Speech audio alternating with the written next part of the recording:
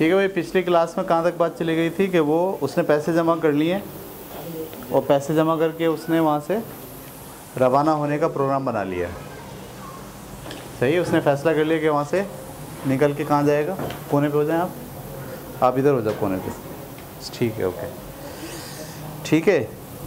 तो और उसके पास अभी ऑप्शन नहीं है, उसके पास दो ऑप्शन है। एक तो ये है कि वो आगे की तरफ जाए या फिर वापस पीछे की तरफ जाए और अपना रेवड़ बनाए और रेवड़ बना के दोबारा से वही काम शुरू कर दे जो पहले कर रहा था। तो हम आगे बढ़ रहे हैं। मैं रेवड़ इसलिए लेना चाहता हूँ कि गल्लाबानी मेरे लिए एक आजमूदा काम है।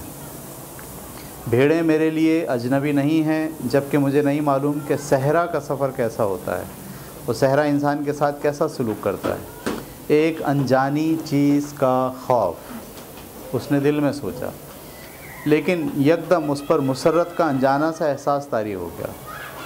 मैं जब चाहूँ रेवड़ ख़रीद सकता हूँ या फिर क्रिस्टल का कारोबार शुरू कर सकता हूँ, क्योंकि उसको क्रिस्टल में भी क्या हो गया, तजर्बा हो गया।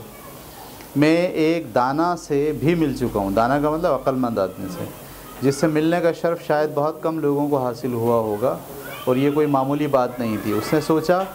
कहवा खाने से निकलने के बाद भी उसके सोचने का अमल जारी था। उसे याद आया कि क्रिस्टल फरोश को माल बेचने वाले एक ताजिर के काफ़िले सहरा के पार भी माल लेकर जाते थे। यानी जब वो ताजिर के पास काम कर रहा था क्रिस्टल बेचने का, तो उसके पास एक आदमी आता था जो सामान बेचता था उसको। वो सामान बेचने वाले जो ताजिर थे वो काफ़िलों में कहाँ जाते थे, सहरा के पार भी जाते थे। तो उसको ये आइडिया है कि अगर मुझे सहरा के पार जाना है तो उस ताजिर से मुझे मिलना पड़ेगा। उसने यूरियम और थोमियम को हाथ में लिया। ये इन्हीं पत्थरों की वजह से हुआ कि वो दोबारा अपनी मंजिल की तरफ गामजन था। जब भी कोई अपनी मंजिल की तलाश में निकलता है तो मैं हमेशा उसके साथ होता हूँ। उसे बूढ़े बादशाह के अल्फाज याद आए और उसके कदम दुकानदार को माल पहुँचाने वाले ताजिर की दुकान की तरफ उठने लगे। इसका क्या मतलब है?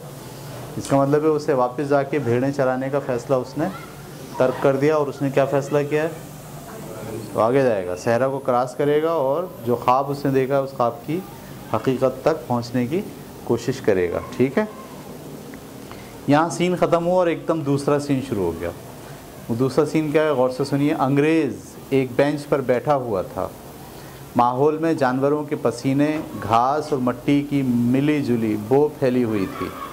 ये अहाता गोदाम भी था और जानवरों का बाड़ा भी। मैंने कभी सोचा भी नहीं था कि मैं ऐसी गलीज़ जगह पर आऊँगा। अंग्रेज़ ने किताब की वर्क गर्दानी करते हुए सोचा।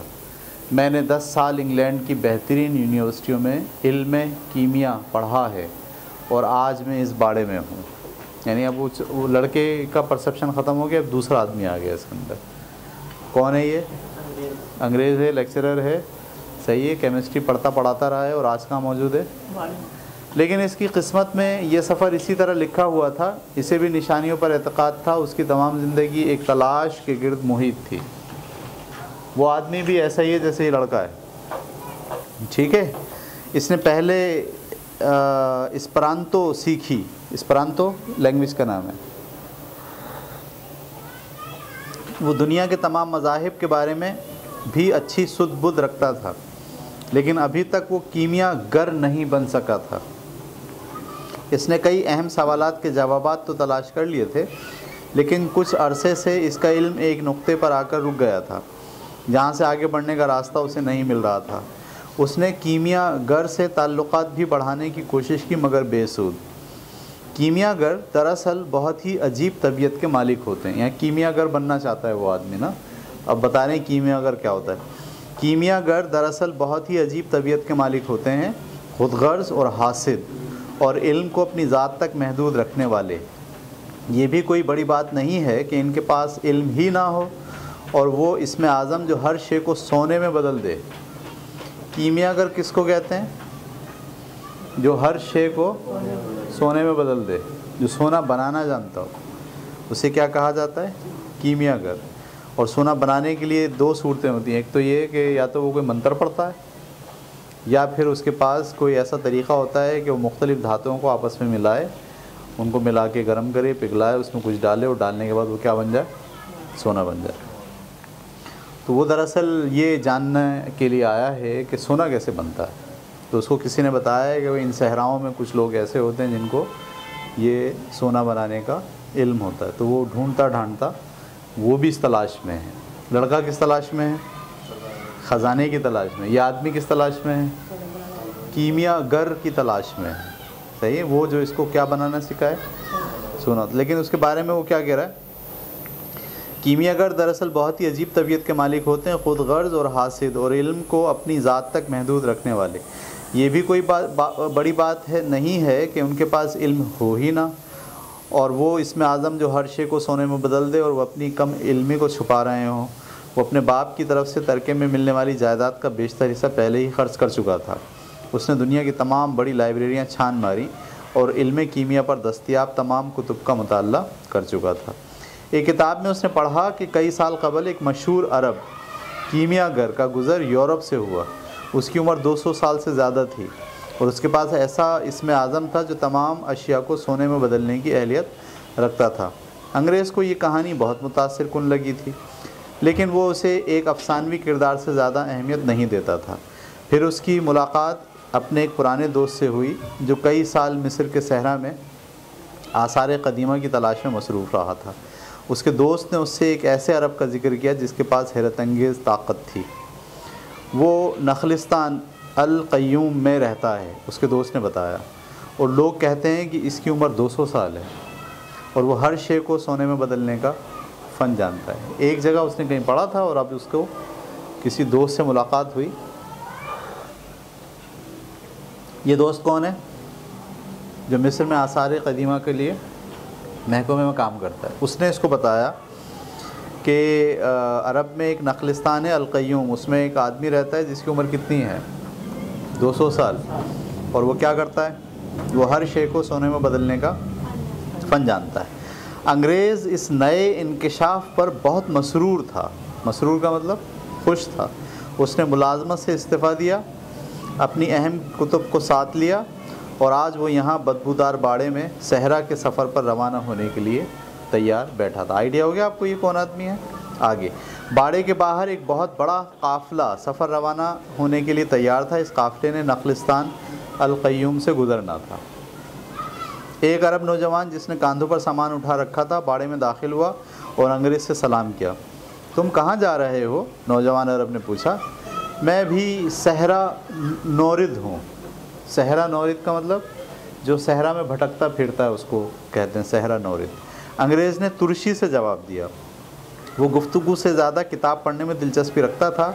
उसका इरादा था कि वो अल क़य्यूम पहुँचने से पहले अपने इल्म को दोहरा ले। उसका ख़याल था कि अरब कीमियागर इसे अपना शागिर्द बनाने से पहले उसका इम्तिहान लेगा।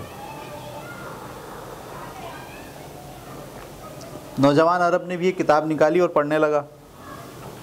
ये किताब हिस्पानवी ज़बान में थी। बरतानवी भी हिस्पानवी ज़बान जानता था। इसे खुशी हुई कि रास्ते में कोई तो होगा जिससे वो आसानी से गुफ्तगू कर सके, क्योंकि उसे अरबी पर उबूर हासिल नहीं था। ये एक सीन ख़त्म हो गया। अगला सीन बहुत ही अजीब। लड़का बोला। वो किताब के आगाज़ में दिए हुए तदफीन के मंज़र को पढ़ने की कोशिश कर रहा था। मैं 2 साल से ये किताब पढ़ने की कोशिश कर रहा हूँ और चंद सफ़ात से आगे नहीं बढ़ सका। उसके जहन में अभी तक अपने फ़ैसले के बारे में इबाहम था, लेकिन एक बहुत वाज़ेह चीज़ थी कि फ़ैसले तक पहुँचना सफ़र का पहला कदम है। जब भी कोई फ़ैसला करता है तो दरअसल तूफ़ानी लहरों में छलांग लगाता है जो उसे ऐसी जगहों तक बहा कर ले जाती है जहाँ से उसका गुज़र उससे पहले कभी नहीं हो। यानी इम्पॉर्टेंट चीज़ फ़ैसला करना होता है कि आपको करना क्या है। जब मैंने ख़जाने की तलाश में निकलने का फ़ैसला किया तो मुझे नहीं मालूम था कि मुझे क्रिस्टल की दुकान में मुलाजमत करनी पड़ेगी। इस काफ़िले में शामिल होना तो महज मेरा एक फ़ैसला है, मगर ये काफ़िला मुझे कहाँ ले जाता है ये फ़िलहाल एक मौम्मा है। यानी आप फ़ैसला तो कर लेते हो कि आपको करना क्या है, लेकिन रास्ता क्या होगा, क्या क्या चीज़ें सामने आएंगी, इसका अंदाज़ा आपको नहीं होता। करीब बैठे हुए अंग्रेज़ का रवैया गैर दोस्ताना। ये जो आदमी लड़का आया था ना, इसने कपड़े उपड़े अरब वाले पहने हुए, लेकिन असल में ये लड़का वही है। सही है। इससे पहले जो सीन था उसमें क्या बताया था कि अंग्रेज़ बैठा हुआ है, किताब पढ़ रहा है, एक दूसरा लड़का आया है। आगे उसने बोला हाँ भाई क्या हाल है आपके, ठीक है, कहाँ जा रहे हैं आप? उसने बोला मैं भी सहरा में जा रहा हूँ। तो ये लड़का जो आने वाला ये हमारा हीरो है। करीब बैठे हुए अंग्रेज़ का रवैया गैर दोस्ताना लगता था। लड़के ने किताब बंद कर दी। वो ऐसा कोई भी अमल नहीं करना चाहता था जो उसे अंग्रेज़ से मुमासिल कर दे। उसने अपनी जेब से यूरियम और थोमियम निकाले और उन्हें उछालना शुरू कर दिया। यूरियम और थोमियम अंग्रेज़ के मुंह से बेसाख्ता निकला। ये बेचने के लिए नहीं है। वो जल्दी से पत्थरों को जेब में डालते हुए बोला, और उनकी कोई ख़ास कीमत भी नहीं है। अंग्रेज़ ने जवाब दिया, ये सिर्फ पहाड़ी क्रिस्टल हैं। इस तरह के लाखों पत्थर मिल जाते हैं, लेकिन सिर्फ जानने वालों को ही पता है कि ये यूरियम और थोमियम है। मुझे नहीं मालूम था कि इस इलाके में भी मौजूद होंगे। ये जवाब बातें शुरू हो गई दोनों की। ये मुझे एक बादशाह ने तोहफे में दिए थे, लड़के ने जवाब दिया। अंग्रेज़ ने कोई जवाब देने के बजाय जेब में हाथ डाला और इस तरह के 2 पत्थर बाहर निकाले। ओ तेरी खैर, इसको भी 2 पत्थर किसी ने दिए। बादशाह ने तुमसे क्या कहा? शायद तुम्हें यकीन नहीं आ रहा कि कोई बादशाह मुझ जैसे गरीब चरवाहे से बात करना पसंद करेगा। यार बिल्कुल भी नहीं, ये चरवाही ही तो थे जिन्होंने दुनिया में पहले बादशाह की बादशाहत को तस्लीम किया था। अंग्रेज़ बोला, ये सब मैंने बाइबल में पढ़ा है और बाइबल में ही मैंने यूरियम और थोमियम के बारे में पढ़ा था। अंग्रेज़ ने अपनी बात जारी रखते हुए बताया, मुस्तकबिल बीनी की सिर्फ ये सूरत खुदा की तरफ से मना नहीं है। यानी आप अंदाज़ा सिक्का उछाल के अंदाज़ा कर सकते हैं कि क्या करना है। पादरी ये पत्थर सोने की ज़रा में जड़ कर पहनते हैं। लड़के के चेहरे पर हैरानी और खुशी का मिला जुला तासुर था। उसे बहुत खुशी हुई कि वो इस बाड़े में आया। शायद ये भी एक निशानी है, अंग्रेज़ बोला। अब देखिए, ये अंग्रेज़ के ख़यालात, उसना सोचने का अंदाज़, और इस लड़के के ख़यालात और उसके सोचने का अंदाज़ सेम है। इसका क्या मतलब है? इसका मतलब ये है कि उसको भी कहीं बादशाह टकरा है, उसने भी उसको बोला हाँ जाओ अपने ख्वाब की तलाश में। इसका ख्वाब क्या है कि सोना कैसे बनता है ये पता चलाना है, और उसका ख्वाब क्या है? उसका ख्वाब तो वैसे भी ख्वाब है जो उसको दिखाई दिया है। ठीक है, तो शायद ये भी एक निशानी है। अंग्रेज़ बोला, तुम्हें निशानियों के बारे में किसने बताया? लड़के की हैरत मुसलसल बढ़ती जा रही थी। ज़िंदगी में होने वाली हर बात एक निशानी है, अंग्रेज़ ने जवाब दिया। दुनिया में एक आलमगीर ज़बान है, लेकिन अफसोस ये है कि हम उसे भुला चुके हैं। मैं और चीज़ों के अलावा इस आलमगीर ज़बान की तलाश में हूँ, और इसलिए मैं यहाँ आया हूँ। मुझे इस शख्स की तलाश है जो ये ज़बान जानता है। वो एक कीमियागर है, अंग्रेज़ ने अपनी बात जारी रखते हुए कहा। इसी दौरान गोदाम का मालिक आ गया। आप दोनों बहुत खुशकिस्मत हो, आज ही एक काफ़िला अल-क़य्यूम जा रहा है। अल-फ़य्यूम या अल-क़य्यूम? गोदाम का मालिक बोला, मगर मुझे तो मिस्र जाना है। लड़का जल्दी से बोला, इसके चेहरे पर परेशानी आया थी। अल-क़य्यूम मिस्र ही में है। तुम किस किस्म के अरब हो जिसे अपने जोग्राफिया का इल्म नहीं? अच्छा, सारे लोग उसको क्या समझ रहे हैं? अरब, क्योंकि वो अरबी भी जान गया और उसने लिबास विबास भी कैसा पहन लिया। तुम किस किस्म के अरब हो जिसे अपने जोग्राफिया का ही इल्म नहीं है? गोदाम का मालिक बोला, ये भी एक निशानी है। मालिक गोदाम के जाने के बाद अंग्रेज़ बोला, मैं कभी एक इंसाइक्लोपीडिया लिखूंगा जिसमें सिर्फ किस्मत और महज इत्तेफाक के बारे में मालूमात होंगी, और आलमगीर ज़बान इन्हीं 2 अल्फाज पर मुश्तमिल है। उसने अपनी बात की वजाहत करते हुए मज़ीद कहा, यह महज इत्तेफाक नहीं है कि तुम मुझे इस जगह इस तरह मिले।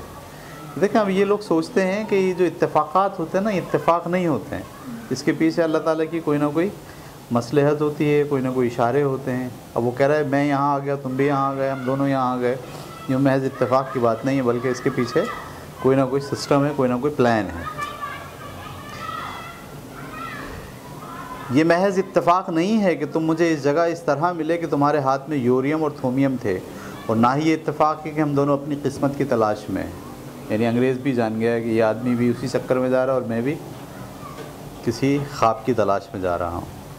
मैं अपना ख़जाना तलाश करने निकला हूँ, लड़का बोल दिया उसने। मगर उसे फ़ौरन एहसास हुआ कि उसे अंग्रेज़ को ख़जाने के बारे में नहीं बताना चाहिए था। लेकिन अंग्रेज़ ने ख़जाने में कोई दिलचस्पी ज़ाहिर नहीं की। एक तरह से मैं भी ख़जाने की तलाशी में आया हूँ, अंग्रेज़ ने भी जवाब दिया।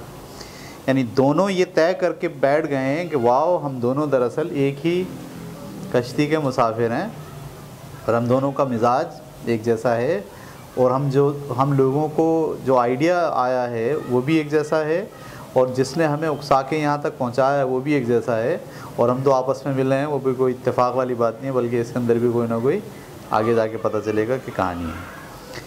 ठीक है, यहाँ सीन ख़त्म हुआ और दूसरा सीन शुरू हो रहा है। बस मेरा ख्याल है यहीं तक पढ़ते हैं आज। ठीक है, तो अभी तक कहानी कहाँ तक चली गई? लड़का जो बेचारा लूट पिट के ज़ीरो पे आ गया था, उसने दोबारा से मेहनत की क्रिस्टल की दुकान पे और 6 या 8 महीने लगा के उसने फिर से पैसे जमा किए। और पैसे जमा करने के बाद उसका फ़ैसला 2 थे, या तो वापस जाए और जाके भेड़ें चराए। सही है, उसके बाद इतने पैसे थे कि वो दोबारा से भेड़ें ख़रीद के भेड़ें चराता।